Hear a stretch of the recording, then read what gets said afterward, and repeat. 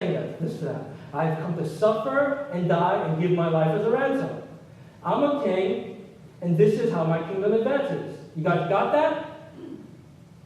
And actually, in the Gospel of Mark, which we read from, this is the third time Jesus is telling them this. And then James and John come along right after that and say, in verse 35, Teacher, we want you to do for us whatever we ask. Okay, what do you want me to do for you? Let one of us sit at your right and the other at your left when you're in your glory. Now, what are they thinking of? They're thinking about what everyone else in the world is thinking about. How you become great in this world. They think of greatness in the world's kingdom. If Jesus is an anointed king, he's the Christ, he's the coming king, kings have kingdoms, and kings sit on thrones. And they're asking, when you're sitting on your throne of power, when you're in your glory, we want to be there with you. We want to be on your right, we want to be on your left. So they're thinking like a coronation of a king, right? Some big celebration where a person becomes a king. They're thinking coronation, they're thinking throne, they're thinking a crown. Jesus, we want seats of power, we want strength, we want influence, we want security. We want to be at the top. But that's not how God's kingdom advances. Jesus just got finished explaining that. The kingdom of God doesn't advance through the top, it advances through the bottom. He's a king who came to serve and to be a ransom. The kingdom advances through process. I mean, Jesus is constantly repeating this in the Gospels. I mean, just some examples, and these are famous verses that you guys are all know well. The last will be first, and the first will be last. If you want to be at the top, you're actually going to be at the bottom. But if you choose to go to the bottom, you're actually going to be at the top. Whoever wants to save his life will lose it, but whoever loses his life for me will find it. If you live for yourself and your own power and your own life, you're not really going to have a life.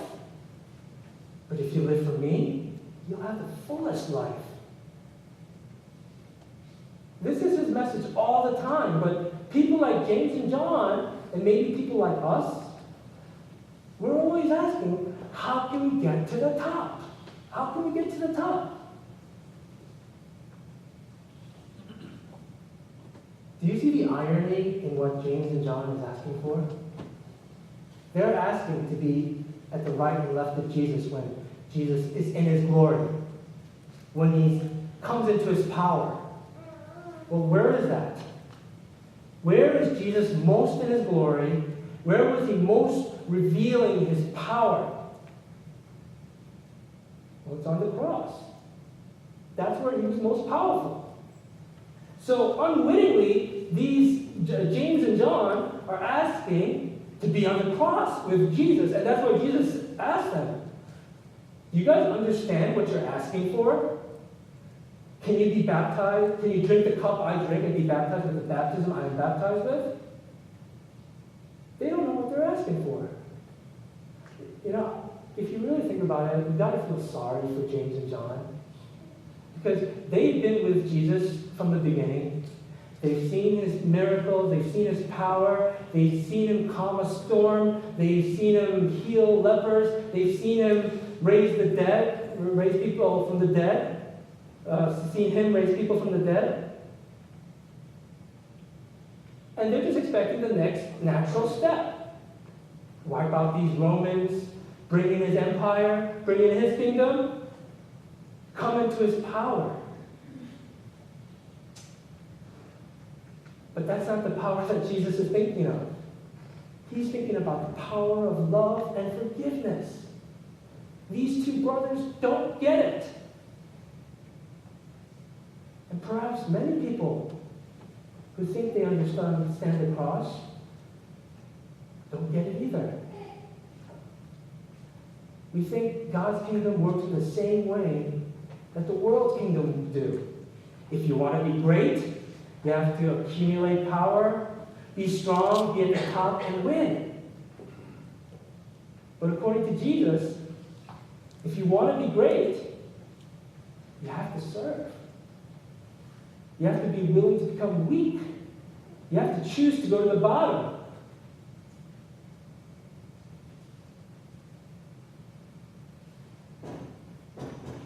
This is not how we're taught, is it? This isn't how I was taught. This is not how my parents taught me. This is not how my school teachers taught me. This is not how I even learned in church when I grew up. Can you imagine an Asian American parent telling their child, I want you to work hard, study hard, get into a good college, so that you can serve?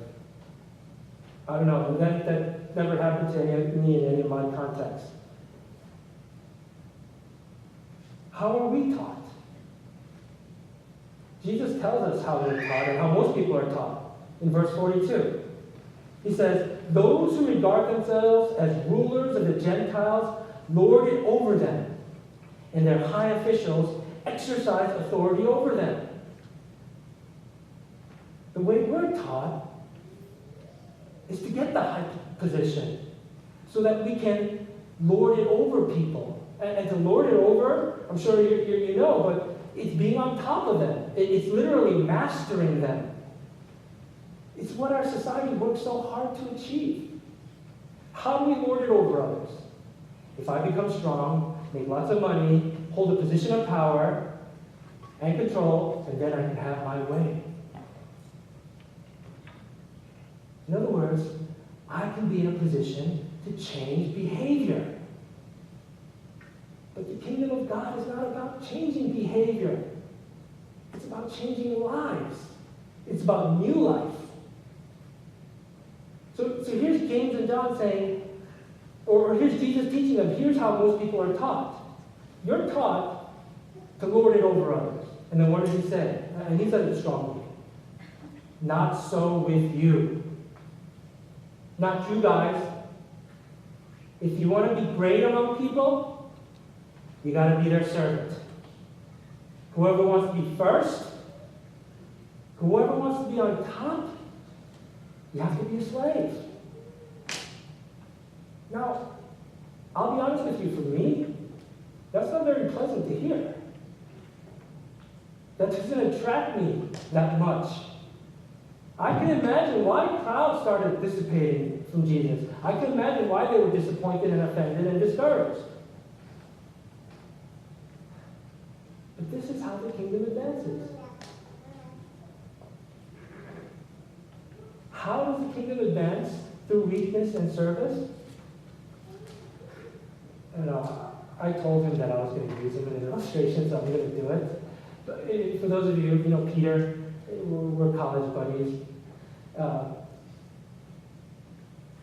Imagine we were buddies, and we were just arch enemies. We hate each other, okay? And one day, we're just in the same place. He's having a bad day. He comes over to me, and he just decides to spit on me for whatever reason. And he's just rude that way, right? So he comes and he just spits on me. And me, I'm a guy who has a temper myself. So I start to clench my fist, muster up my strength. I get ready to strike him. But instead of doing that, I take a deep breath. I let go of my fist. I reach out my hand. And instead of striking him, I serve him and I love him. Which takes more power to do? To strike him or to serve him? By serving him, I just won. I just defeated my enemy because my enemy's dead now. All that's left is a brother. And the kingdom has advanced. But we see it all over the place around us. Lording it over one another. We see it on places like Desperate Housewives. I saw it enough years in my work in corporate America. It's just something that's so accepted that it becomes second nature to some of us. I think one way that lording it over one another is prevalent in our society today is office politics. Really. You know who was a big victim of office politics in the Bible? Daniel. Daniel in the lion's den, right? Most of you know him as the guy who got saved from the lions. Well, he was a man who had a good relationship with the king at the time, King Darius. Okay, he was made one of the top 3 administrators over the empire. And in fact, the king was about to make him on top of the other 2, promote him. And the other 2 would not stand for that. So what did they do? They started to dig up dirt on him so that they can use it against him, play office politics. But they couldn't find him because he was too much of a goody two-shoes type of guy.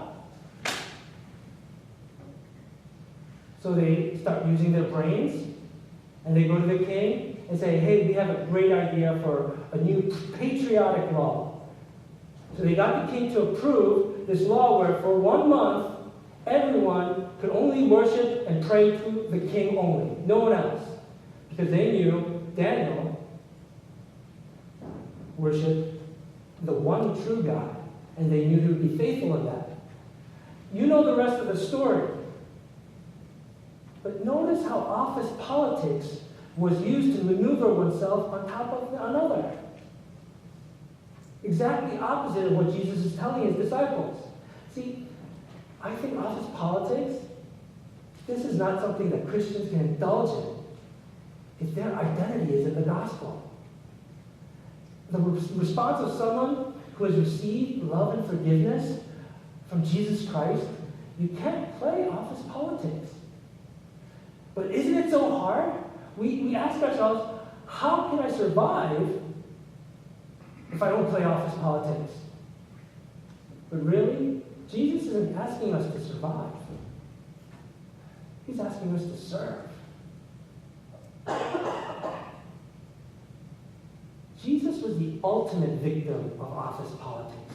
He was the ultimate victim of people lording it over him. Because he was betrayed. He was mocked on, spit on, and flogged.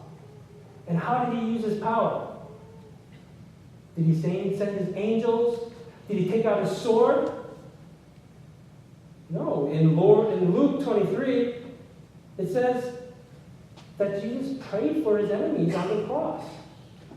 He was even serving them to the last moment. This is how the kingdom has advanced ever since. Through service. Let me just share with you a little bit of early church history. This is actually kind of interesting if you don't know it. Most of you know that the early church was persecuted by the pagans in the Roman Empire. And the way they justified the Roman Empire, the pagans justified their persecution was by creating all this propaganda against Christians. And what were some of that propaganda? For example, they spread the news that Christians were cannibals. Christians eat human beings. Why? Well, every time they get together, they have this ritual of eating body and blood. They also spread propaganda that Christians were incestuous. Why? Because they keep talking about how much they love their brothers and sisters. Christians are planning to overthrow the Roman Empire, the Roman government. Why? Because they won't call Caesar the Lord. They keep calling this guy named Jesus Christ the Lord, and they keep talking about his kingdom coming. So you can imagine how, when they spread that, if you're listening to this, you're going to feel very justified in persecuting Christians. So they were persecuted, they were tortured, and they were put to death in very painful ways.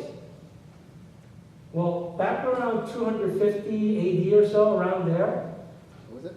in Alexandria, Egypt, there was a deadly plague that started to spread. I think it was called the Aurelian plague. Anyway, thousands of people were dying a day. And the people who were living in or near the city, they were all packing up their stuff and they were just taking off. They wanted to live. But the early church, they didn't. They stayed behind.